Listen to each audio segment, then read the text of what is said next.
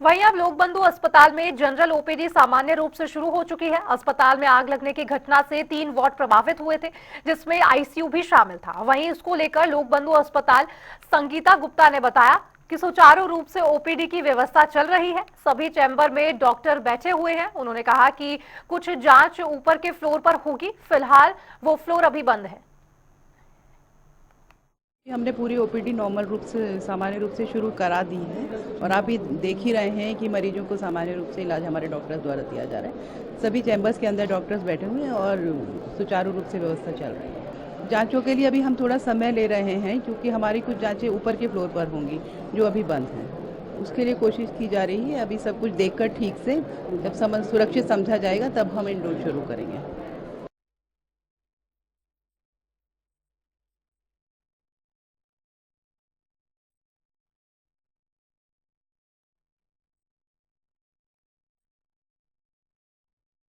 ज्यादा जानकारी के साथ अनूप कुमार सिंह जी हमारे साथ लाइव है। अनूप जी, जिस तरह से ये घटना हुई लखनऊ के लोक बंधु अस्पताल में, उसके बाद क्या कुछ कारण बताए जा रहे हैं और क्या मुख्यमंत्री योगी आदित्यनाथ यहां पहुंचेंगे?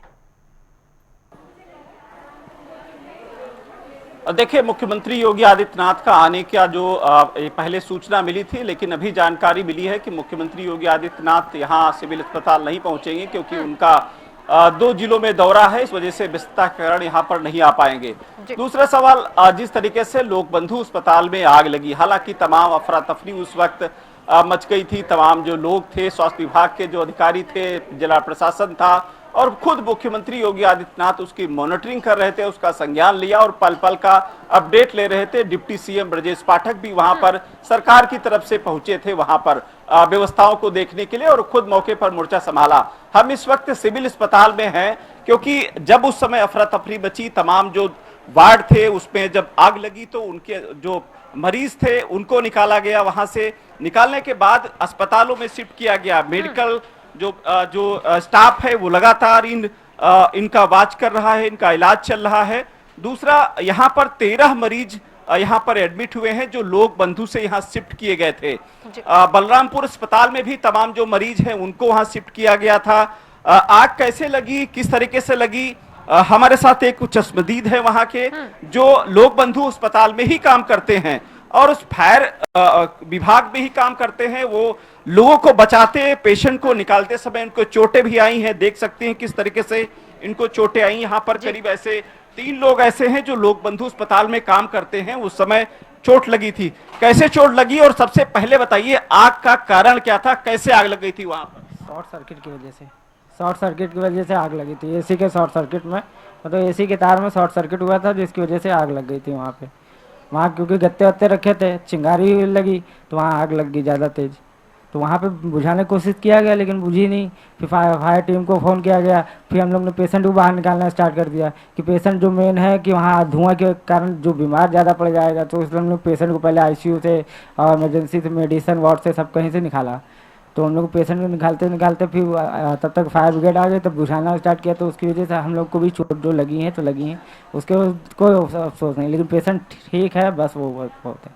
क्या वहां पर आग बुझाने के संसाधन नहीं थे, फायर इक्विपमेंट नहीं थे क्या? नहीं, सब कुछ था।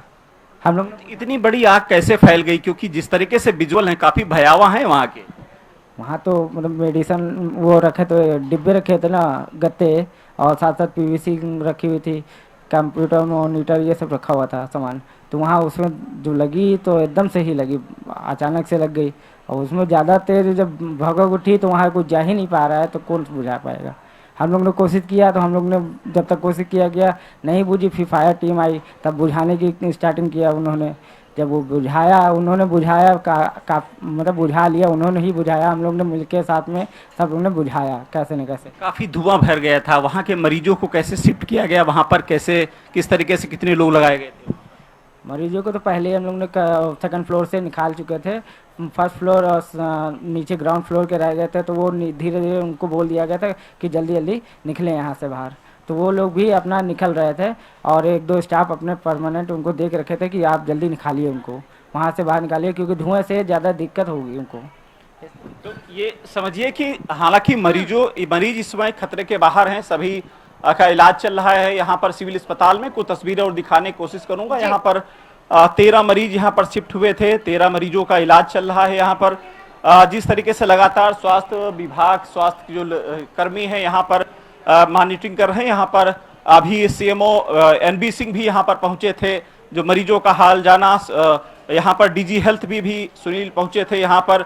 तो कुल मिला के अभी सुबह ही यहाँ लखनऊ के डीएम यहाँ पर विशाख जी अय्यर यहाँ पर पहुंचे थे, मंडल आयुक्त यहाँ पर पहुंची थी।